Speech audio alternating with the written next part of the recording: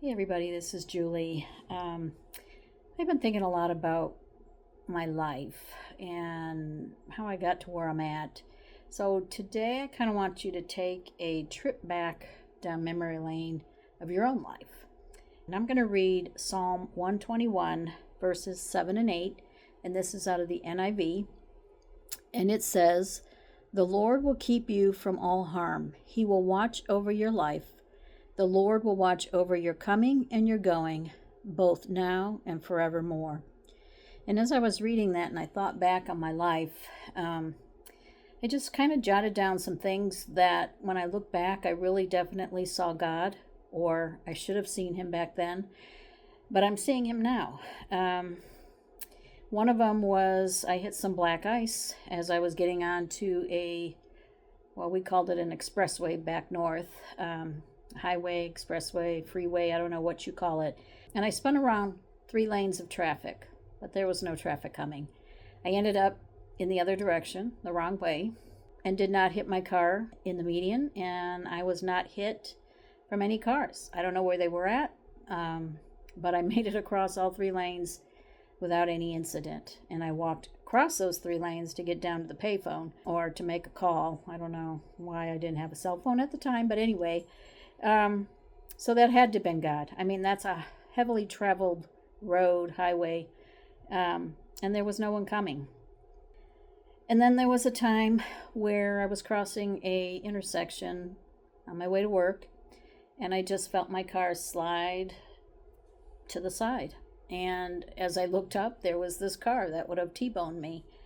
Again, there was God. And those are just some of the things there, but he's also spared me from emotional trauma from my divorce. As I look back on that, I always kind of wondered why. I wanted to be married, so why, Lord, did you take me out of this marriage? But as I look back, I see why. And I was spared that emotional trauma. And he also, during that time, gave me the strength to raise my 2 boys as a single mom for 10 years.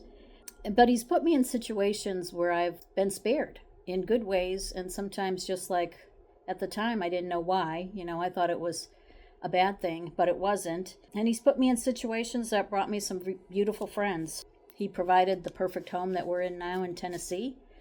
Looking back on that whole thing, I kind of mentioned in another video about how the move went. But it was kind of a trying time. We got beat out by a lot of other buyers that were paying cash. We didn't have cash. And it was hard. You kind of started to doubt, like, am I really supposed to be there? But it was because he blocked those other houses because they weren't the right one.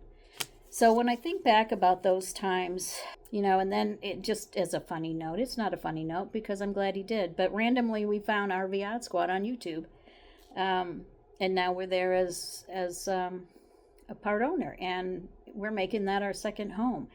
How all of this comes to be is just because of God and where he places us and him being with us, just like those verses say.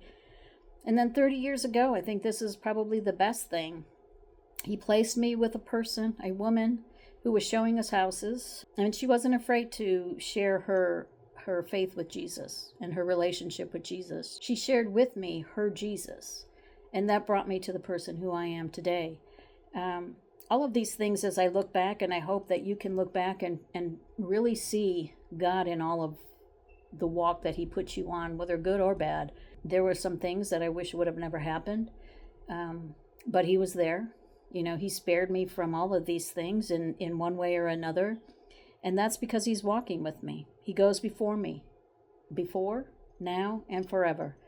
So I just thank you. And I hope, I thank you for listening to this. And I hope that you can think back and really see him in your life, especially when the struggles are there. He's with us, no matter what it is. He's going to be there.